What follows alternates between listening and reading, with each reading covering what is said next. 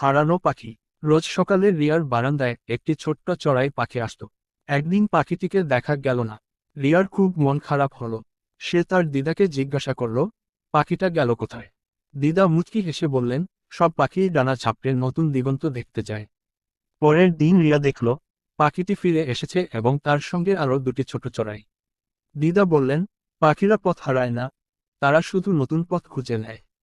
রিয়া বুঝল, জীবনে কখনো কখনো দূরে গেলেও আপনজনের কাছে ঠিক ফেরা যায়। হারানো পাখি। রোজ সকালে রিয়ার বারান্দায় একটি ছোট্ট চড়াই পাখি আসত। একদিন পাখিটিকে দেখা গেল না। রিয়ার খুব মন খারাপ হলো।